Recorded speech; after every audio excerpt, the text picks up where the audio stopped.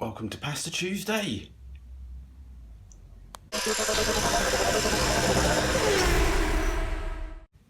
Yeah, for anyone that doesn't follow me, Tuesday's Pasta Tuesday in the Green household. So yeah, that's what we had for tea.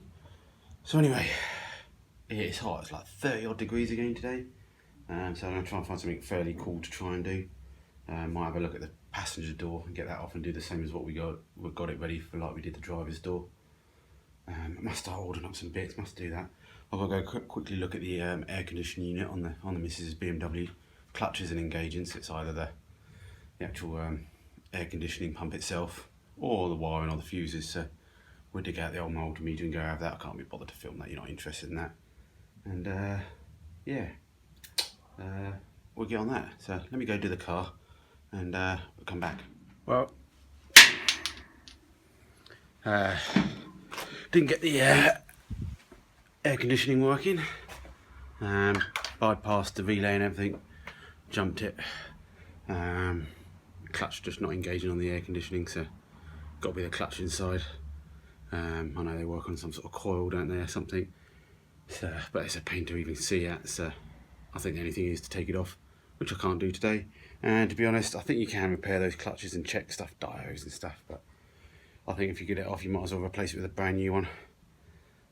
So I've just got to decide whether I'm going to do that or not. As soon as I do that, the sun will just go. So yeah, anyway, let's get the tripod. Passenger door. The only problem I've got with this door is it's very close to the top here. Which is strange because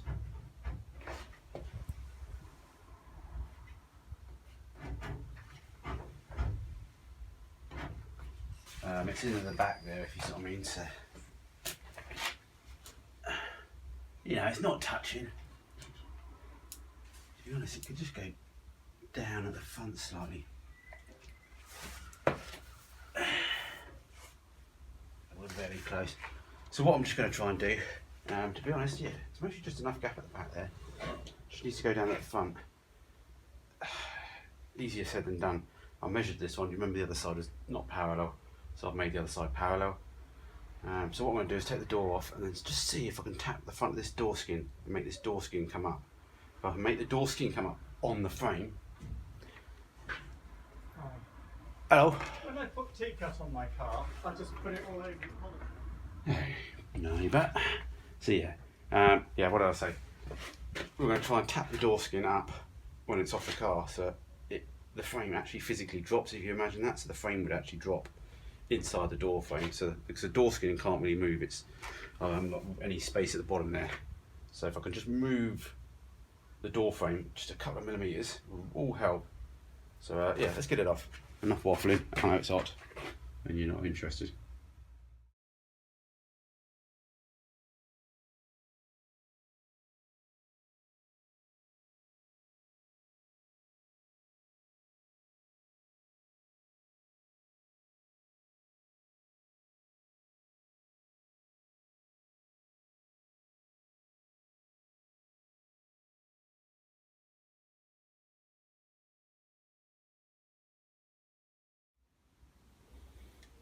Okay, so the old light.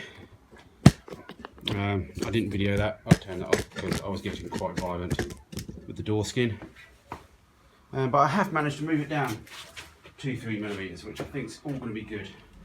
So basically what I did was I gently persuaded the bottom of the door frame there inwards a bit because it's got quite a curve. So basically it shortened the door. I might try and do a bit more, and then I was able to tap it into the skin because I still haven't done it up tight yet. So what I'm going to do is clamp it and see if I can get a bit more actually, because what I was doing it without it clamped. So every time I was hitting it, the door skin was sort of coming off, and yeah, I don't know if that made sense. It's hot.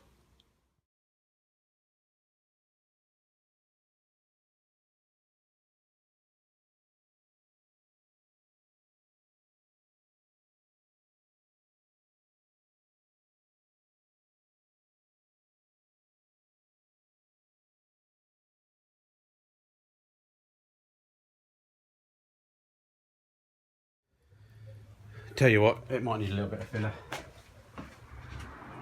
But that's as good as I'm going to do.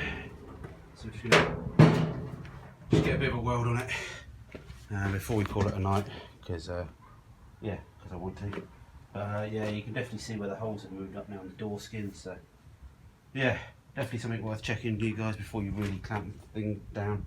You can do a lot of wiggling around, so the door skin can basically stay in the same place, literally, on the car, but the door frame can move about a bit, because the bottom half of the door frame you don't see, it's only the top frame, so as long as the top frame fits, all good.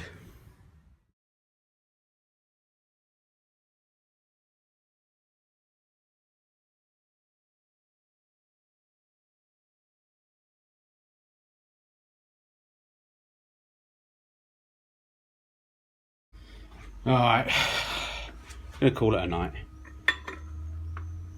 before I do any mistakes. So I've got a bit of a weld on it, but I was going to start welding up the other end, and a little voice started in my head saying, hang on, slow down boy, slow down, let's check stuff. So basically, yeah, I think what I need to do is bolt the door back on, because I think I just need to check for any twists, because it looks like it's not too bad there, but I think the back of the door frame, I don't know what it was like before, I think it's fairly good. It's just twists. I think there's a slight twist in the door, but it's very hard to get rid of a twist on the door without having it bolted to something. So what I need to do is bolt it back on the car so we can give it a bit of a heave-ho, and then we can get the final welds on, because by the time you start clamping and putting welds on it, it'll start bugging you about, and you won't be able to twist it easily. So it's a lot easier to twist when there's nothing on it, if you see what I mean. So anyway, slowly catching monkey, they say. So yeah, not much progress, but it is progress. Couldn't fix a wife's car, and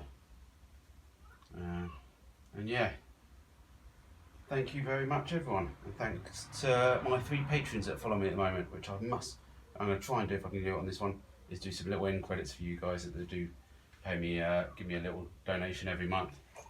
Yeah, just got to say thank you to you guys. So anyway, alright, let's call it for the night. Sorry guys, that wasn't much. It's hot. Bye bye.